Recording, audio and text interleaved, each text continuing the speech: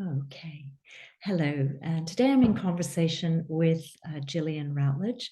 Gillian and I are going to be speaking about how we shut down and how we can address that to bring more of ourselves into our lives, our conversations, and our work. So I'd just like to say a few words. So to introduce Gillian. Um, Gillian spent 30 years working within the NHS with a strong desire to make a difference. But after becoming physically ill and struggling with depression, she turned to develop an interest in the complementary health field. So following that, she trained in various modalities, including health kinesiology, color therapy, counseling skills, neurolinguistic programming. She also worked as a facilitator for Living Well courses for Penny Braun, formerly of the Bristol Cancer Centre. And she's also trained and worked as a trainer for The Journey for over 16 years.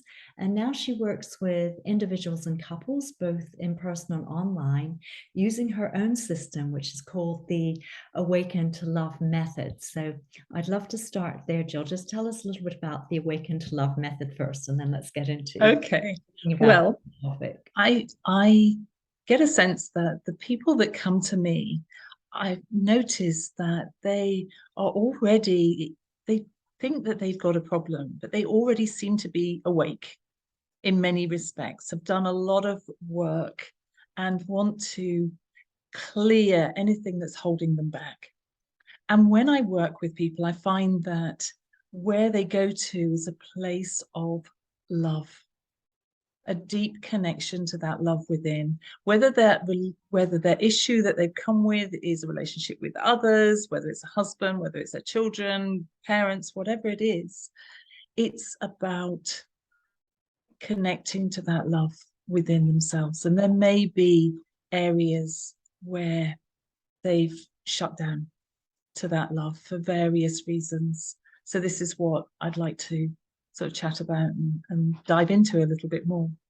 Yeah, I think it's such a great conversation because, of course, when we talk about that shutting down to love, we're talking about different ways in which we close our hearts to our potential. And it's often sort of said in spiritual circles that we are love, and many of us have had experiences of that being true. And yet it's then very difficult to maintain that because of these shutting down processes. So yeah, I'd love to hear more. What do you Yeah, so why we shut down? well, firstly, maybe I'll share my story because as we all know that we usually share and teach what we most have needed to learn for ourselves. Mhm. And it's our experience and our stories of our experience that really motivate. Well, it's motivated me, and that's for sure. Many other people that I've spoken to and connected with. But the reason I think, and the work that I do, I look at 6 elements. I start with looking at people's past. So this is where my shutdown started, I guess. And I don't need to share the long story. The short story is that my childhood, though some people would have regarded it as very privileged childhood, there was behind closed doors, there was violence and abuse, whether that was both physical and verbal. And I witnessed this for a long time. And as a child, being unable to do anything about it until I got to the age of 17. And I intervened when my father had a chair that he was about to crash over my mother's head. And I'd heard, shouting and screaming even. And I'd made the decision at that age that I couldn't witness this anymore. So I stood between them and shouted at my father, just stop this now. If you have to hit anyone, hit me instead, which was a crazy thing to say. I don't know what you would have said in my shoes, but sometimes these words just tumble out. And he did. So he struck me, and he hadn't struck me before for whatever reason. I don't know. That was the first time that he'd raised a hand to me. Yes, there'd been a lot of verbal abuse in the past. And at that moment, what happened in that moment, that I questioned what is this about? What is love about? What does it mean? You know, and a door closed to my heart. And I made a promise in that moment to keep that door shut. And I think sometimes we say things in the moment, whether it's a thought or whether it's an actual sentence, or whether there's just that shutdown that takes place, and it impacts. So later on, I went into nursing because I wanted to care for other people. I wanted to make a difference in other people's lives. I got married and I had I've got two beautiful daughters. And yet I found myself being unable to receive love. My husband would say, I love you. And I just didn't know what that meant even. And I didn't realize that underneath the surface was that closed off. Closed down heart.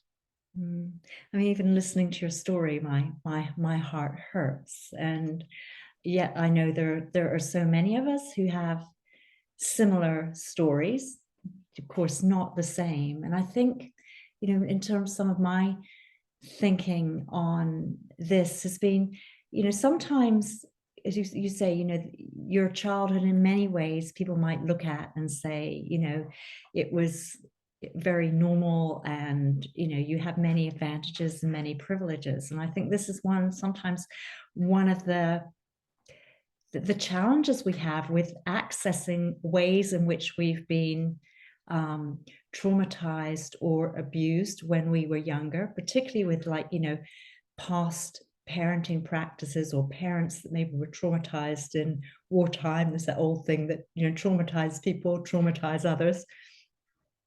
But it's sort of like, you know, I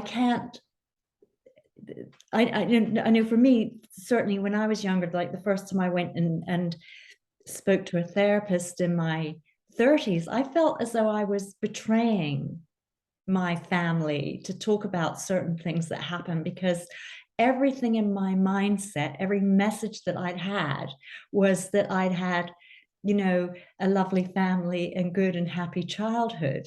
So the various things which have been traumatizing to a child, you know, with people losing their tempers and lashing out in ways, weren't seen as anything unusual. It was happening in, well, I don't know if it was happening in most families, but when I talked to people, it was happening in a lot of families, like particularly in our generation. And I think that sometimes maybe has hampered some people from getting the help. There's that bit about, oh, well, there are other people whose situation is much worse, I can't complain. And that itself maintains the shutting down. Yeah. We always had, my father always used to say, oh, there's people in Africa that have got real problems, and you've got it easy. And when I was a child, this and this. And so it was comparisons, which we know are not helpful now. Yeah, exactly. There are always others worse off. Yes. And it doesn't mean that we shouldn't address what has traumatized us or caused let's not even use that word traumatized. I mean, that's probably what the word is being used, but we're just talking about in the context of shutting down. And I think all of us know, you know, well, we know if we have access to our emotions or not, don't we? We know that when there are periods in life where it's hard to access our emotions, when if we don't sort of like feel that we have a full range, or as you said, you know, that sort of experience of love seemed to be denied to you for a time. You couldn't feel the depth. For whatever reason. And as a child, and I'm sure you would agree with this, but as children, we accept the way things are. That's just the way things are, and it's normal. And our parents did just follow the rules that they were shown by their parents. And things have changed over the years. Any tools for managing emotion, and particularly men in past generations, it wasn't so acceptable to show emotions. Things got bottled up, and then there was an explosion. Yes, of I course. think. Yeah, because it's like putting a lid on a volcano, as I call it. And in the past, we both, I presume, come from parents who were born during the war years. I Yeah. know my mother was about 4 years It- old, yeah. and Yeah, and there exactly. was a shutdown. The way of coping with that situation was to shut down emotions so they could just get on with life. Yeah. And now we're realizing how important it is to be able to express our emotions healthily. Mm. I really think, past decades, this has been one of the really positive transformations for human beings, and that there is a more focus on emotional trauma. Sorry, I'm using the word again, but I'm not sure if there's another word, because they are traumatic And events they, that yes, shutting down with our emotions. But the thing that we have now is just this most amazing choice of tools. I mean, we live at the most incredible time in terms of availability of healing processes. So for anybody who decides that they're going to take this step for healing in order to experience life to its full. Because what do we have if we are not experiencing a range of emotion? We're missing out on we're missing out on a whole load of beauty, for one, in the world, and a whole load of love. I mean, there's a whole load of other stuff as well, but that, in a sense, I is know. acting out their emotions when you look at wars and things like that. So Yeah, yeah, why do we have wars? You know, I know. And yet I want to take you back to where you're talking about a range of tools. And the first tools that I was introduced to were color. And I know that we have a common interest here yeah. because I trained as a color consultant and discovered that just choosing colors to suit people's skin tone, hair color, which you know all about, the swatches that I would choose for them, they would sit there and stroke them, or even use them, like a child uses a comfort blanket. They were doing this with it, and I was thinking, there's more to this. There's so much more to this than just the colors for their clothes, for their wardrobe.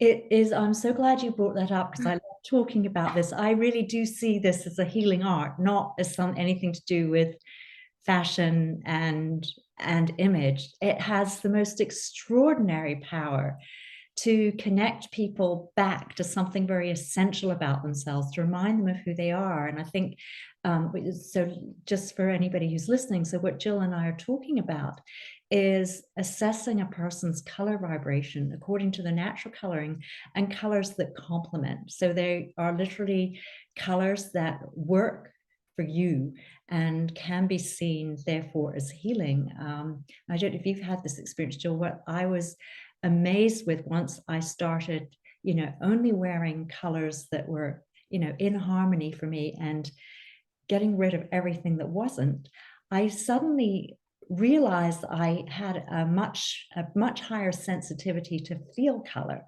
And then if I, a few months into the experiment, if I would put on something that was not in harmony for me, like if I put on something that was a bright orange or bright lime green or something, it's like I would have to take it off. It didn't even feel right, let alone, I'm not talking about when I'm looking in the mirror and thinking, no, that doesn't work, Kathy. It doesn't feel right.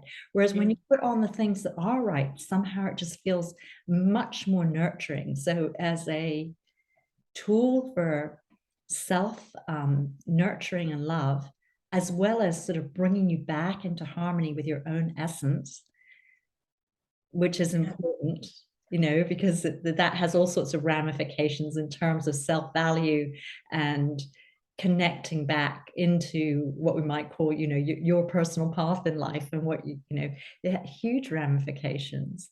Yes, we could talk about this subject forever, and there's so many others. And I just wanted to, when you were talking, remembered a lady that I worked with, and she was blind, and I did her colors for her, and she knew by touching the colors not just the color that would resonated with her, with that she felt connected to, but the each individual shade, right down to the T. So how does that work? You know, like you were saying about the vibration of color. Actually be feeling the vibration that comes Yeah. off. And she was going, no, no, yes, no, no, yes, to each color. And So interesting. yeah, it is. And there's so many other tools, but that was my first introduction, because it was a gentle way of learning to open up and discover something that was very healing without having to dive into the word trauma again, trauma, and do all of that digging. And yet, consequently, I have done, it's like counseling and reflection and using NLP and deeper work and exploring and releasing emotions, forgiving, dialoguing, so many tools Mm. to I really think it does help. become a journey, isn't it? Once you set on the path. Because I know for me, my Yeah. first um, exploration into it was actually through psychotherapy. And I've been working in the late 80s and early 90s. I've been working in management consulting, but I've been in executive selection, recruitment. And then I sort of jumped a fence when there were all the city downsizings into an outplacement area, career coaching. So I think at those times, coming from, we were given like about 2 weeks worth of counseling training, something like that. And it didn't take long before I realized that, I mean, these were people who'd lost their jobs. There was emotion and sitting with them. And it didn't take long before I realized that actually I was not adequately trained for this. And I was actually burning out. I felt it was Yeah. difficult for me to hold all this. I mean, I didn't connect it all at the time. It was looking back, but I took the route of feeling so burned out. I decided to leave the job that I had, which was a full-time management consulting position, and go self-employed, mostly in order to explore other avenues and other interests, and because I felt I needed to put some time into myself. So that was the point of time I actually stepped into a Gestalt training, which was Wow. which was, I think, one of, I mean, there weren't the whole number of tools How around. does Gestalt help for those people that are listening? How would that particular modality help someone that's closed down, shut down? Okay, well, so what I did was it was a Mm. Gestalt training because there weren't coaching trainings around at the time. So I did that in order to help with my work. But as part of that, I was required to work with a psychotherapist. And she said to me when I had started talking, about the first, second thing, she said, "Are you aware that you don't know the difference between a thought and a feeling?"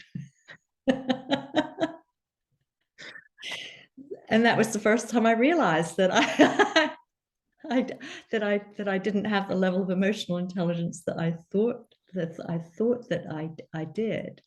But I had also started doing yoga around that time more seriously. I'd been going to classes like once a week, but I actually started doing it more seriously. I took up a yoga, an Ashtanga practice, started doing it seriously. And what I learned was that practice, because of the breath and the body, breath and body connected movement, it was bringing up a lot of emotional material. So I would do the yoga, I would take the material to the psychotherapist. So that was so it's not that it was the Gestalt that I would say was what I used for the shutting down, although it can, because it's all about where the Gestalt tool is. It's like there's a cycle called the Gestalt cycle, and then if you don't go pass through that full cycle, you haven't completed an experience and can move on. So it's all about how the cycle gets interrupted, and then the interventions required to get somebody unstuck so they can complete.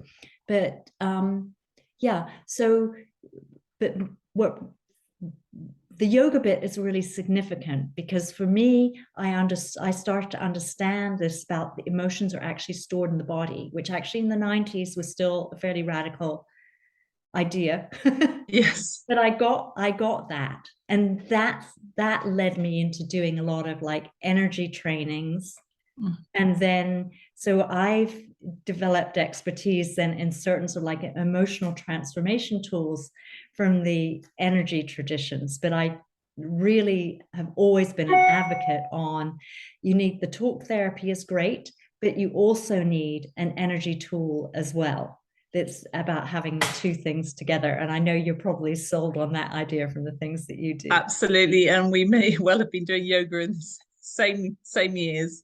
And my experience of emotions being locked in the body was very evident when I was on retreats in India and doing intense yoga sessions, and would, after the yoga session and the stretching, that I would spontaneously just go into grief or sadness and just weep, and it was a huge release. And there was other things that was taking place that felt very strange in the body, and yet it was about trusting that the body knows what it wants to release and let go of, and how and when it needs to release. So it's yeah, it is trust, very much so. And other things, I've since I've trained in something called ecstatic awakening dance, and I use this sometimes. I use this with workshops that I run.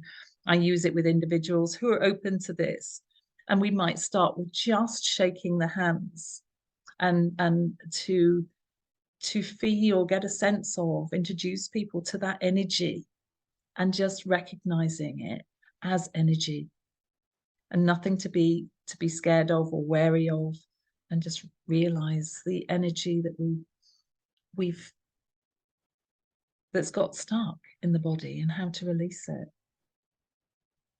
Yeah, absolutely. Yeah. Yeah. Yeah. So let's talk about, this, we were talking about, how we get stuck, or why we get stuck. Mm. So let's just talk a little bit more about, we just mentioned a couple of processes we've used which have led to a greater emotional range, a greater facility with emotions, and most importantly, the understanding of what blocks love, what blocks the heart. So maybe we could both say a little bit about. Yeah, I'd love to share on this one, because it is so common, and I see it such a lot, is that there's always a reason why we're blocking. So it's to let go of seeing it as wrong, because when we see something, when we judge ourselves as wrong, I might have somebody coming in and say, I just can't open up to my husband, sex life is dead, or I can't bring myself to say I love you. And that's how it was for me as well at one point. So there's always a reason. Like I said, there's a benefit, if you like. And anybody that studied NLP, neuro-linguistic programming, will know that when you explore the reason why, when you can recognize what the benefit is. For example, I shut down at the age of 17, and consequently at other times as well. I'd probably shut down from the age of 3. And the benefit was that for me was that it was keeping me safe. I'm never going to open up to another man again, because in that younger me's mind or being, it's like, men, it's not safe to be with a man. It's not safe to let a man near me. So, I find a beautiful, loving man, and I can't open up to him. And I don't even know, because these things are running us underneath the surface. Yeah. So to be able to go in and release that old programming, and that's what happens with a lot of this work. Yeah, the releasing of the old programming, as you say, some of it's so far back, we don't necessarily know with our minds how it happened. It can be something as simple as, past viewpoints from the past and society, like, you're not allowed to cry, you can't be angry. So Yeah. I had that Yeah. upbringing, it wasn't, anger wasn't allowed in the house, and other people have had it, like sometimes it's a male female thing, isn't it? The girls aren't allowed to be angry, the boys aren't allowed to cry.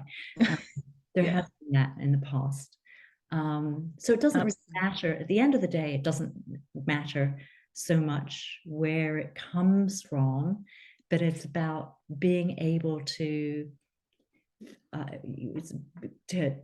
see those patterns when they are re-triggered by something that's happening in your life now, and to know that that's a trigger and it's something that you can work with and Yeah. a process.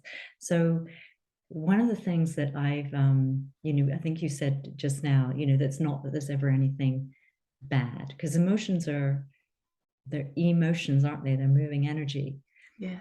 And, I think there has been, in some places, there is a tendency to think of, positive emotions and negative emotions. But one approach to that I have loved, and it comes from one of the emotional transformation practices I know from an Indian um, tradition. But they don't talk about positive and negative. The places where you're blocked, there's always a fear underneath it. It's always to do with fear.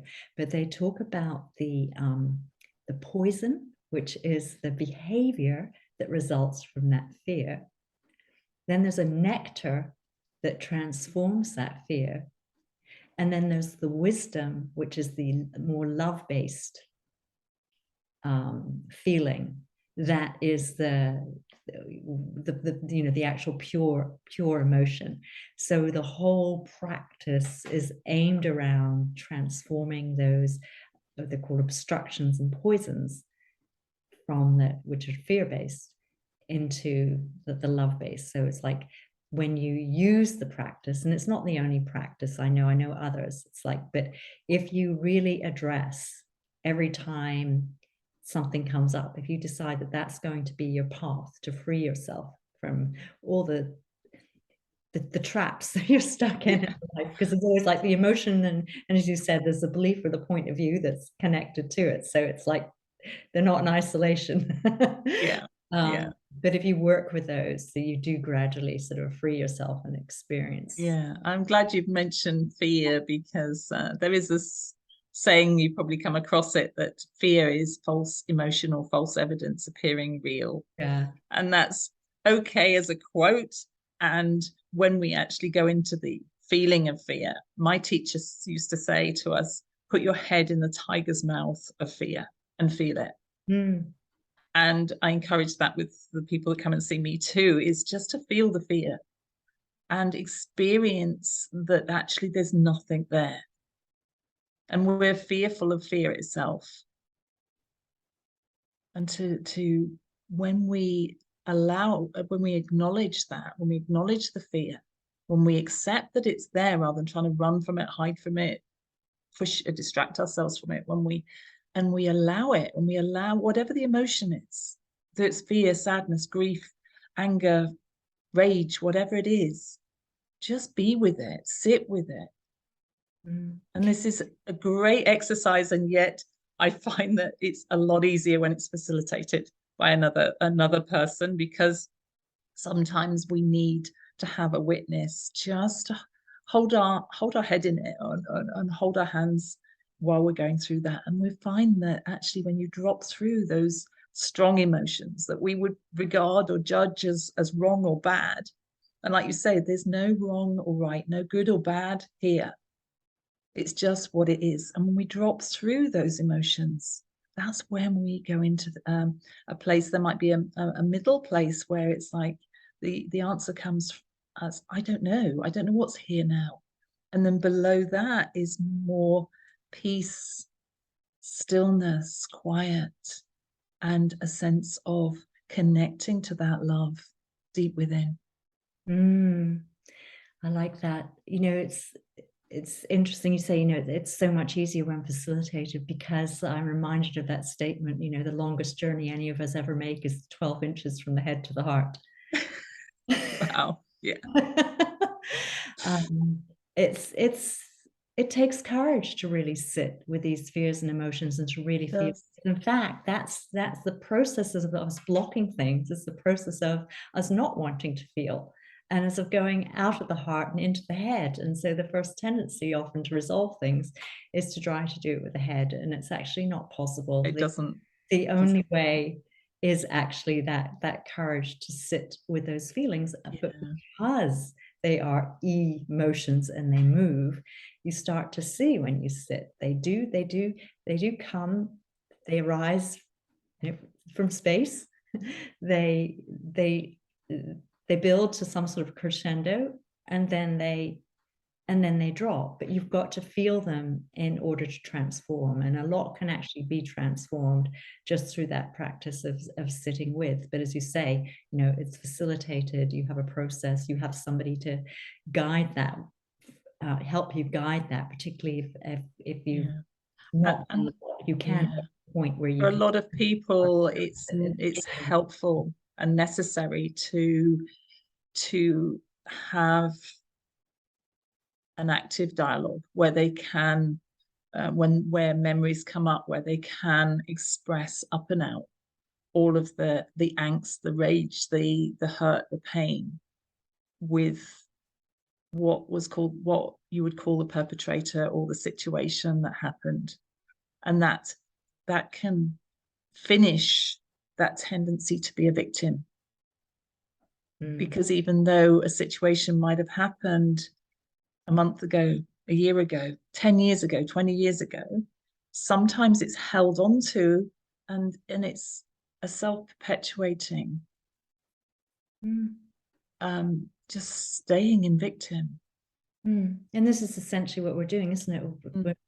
Each of us take that decision that we are going to transform, which is what is essentially stuff from the past, so we can be fully in the present, fully available to life. We're actually empowering ourselves out of that victim mode. Absolutely. And I don't know whether some people may or may not agree with this. I'm sure you're on the same page here.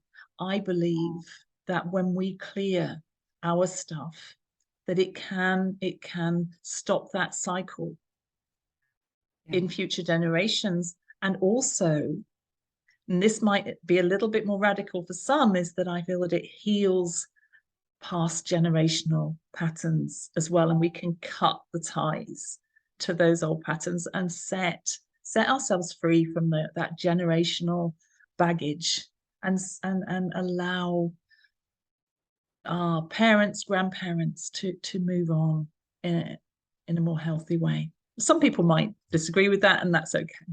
Well, actually, there's lots of evidence for that in all old, texts, about the seven things lasting for 7 generations, which Yeah. is 3 generations before you and 3 generations after, plus your own. Um, yeah. Yeah, so there's lots more that could be shared. And So much more, but maybe yeah, maybe we save some for another time. how they can connect with each of us if they would, if they're, if they've got, things in their life they want to deal with, which are impeding them from achieving something that they want, whether that's with their relationships or with their being able to sort of express themselves through their work in the way that they want. That both you And and I do coach people. So would you like to tell how? website details or how they can help? How? Well, my teacher, at the end of my training 16, 17 years ago, my teacher said, give this away. And yes, it's possible to give it away to a certain extent. And I've learned that through burnout that there's a limit to how much of me I can give away. So what's happened now is on my website, I've recorded meditations and exercises that can be done listening to my voice. So there's things like something for headaches. There's meditations for abundance and being present, that kind of thing. So this is all available. There's also a members portal which has a login for the people that I work with. And my website address is my name, so it's really easy. Well, it's easy, but it's a long name. It's www.gillianroutledge.com. Now, Routledge is Routledge, because I've always had to spell it. My daughter at the age of 3.5 could spell her name because she'd heard me saying it so often on the telephone.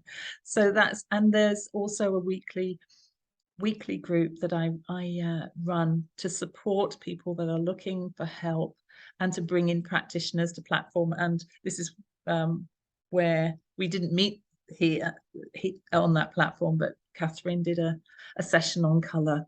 So over to you, Catherine. Thank you, Jill. And my website is also fairly easy. It's my name. It's catherinerowan.com. And the best way to access free resources from me is to sign up to my mailing list, because I do write newsletters and send videos to my list. And often they do include a free meditation. I also hold a free monthly group. It's actually a women's group. It's called the Wise Women's Salon. And I often hold free webinars. So plenty of free stuff, and also free stuff around. But, for committed work, then it's wonderful to enter into a one-to-one coaching relationship and invest in yourself, and see these tools as very valuable. And I find it interesting that your teacher said, give it for free. And I think there's a lot around where, well, I think most of us in coaching do give a lot away for free, as you say, but we live in the south of England, and we have to eat and pay our energy bills and everything else. So give it away. She didn't say give it away for free. She said give it away. And I think there's a lot to be said for this. That the interpretation is that there's a lot of information that we can give away. Yeah. For free. There's so much information here, and anybody that's making inquiries with me, I'll signpost them here, there, and everywhere to things that will help them in the situation.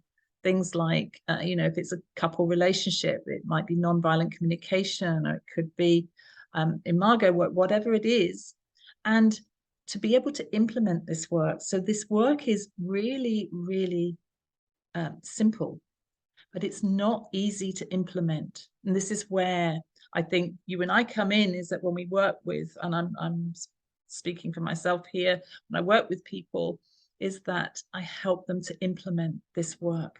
So the work that I do with each person is part mainly therapeutic and part educational, because we need to have an understanding in our conscious mind. Otherwise, we're not going to do the work. We need to know why we're doing the work. And part coaching as well. So that's how it is. Yeah, and there's so much. If you really want to make a shift, it's actually going to be much easier, shorter, more powerful within a coaching container, within a relationship with somebody who can help, where you've got set clear objectives and things like that. So I think the bit about the free stuff was often just a way to get to know somebody, to know if they can help you, so that you're not, that helps you not to waste your money on trial and error on people, if you like. So when you've invested in the right person who can really help you. Yeah, it is really important to have a good relationship, and get a good feeling. And I share with people about going to their guts and getting a gut feeling. And we all do this, but sometimes, like you said, we're conditioned to go into the head first, and we override the gut feeling with our head. Always the body never lies, always tells us what's true. And I think that's an excellent point on which to end this conversation. Thank you. The body never lies.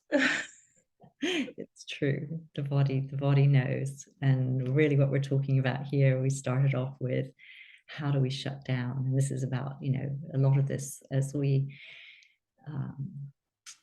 unwind unstuck any of those places where we have shut down, we are increasing our access to this valuable area of body knowing, reconnecting the body and the mind, and really sort of coming into the heart.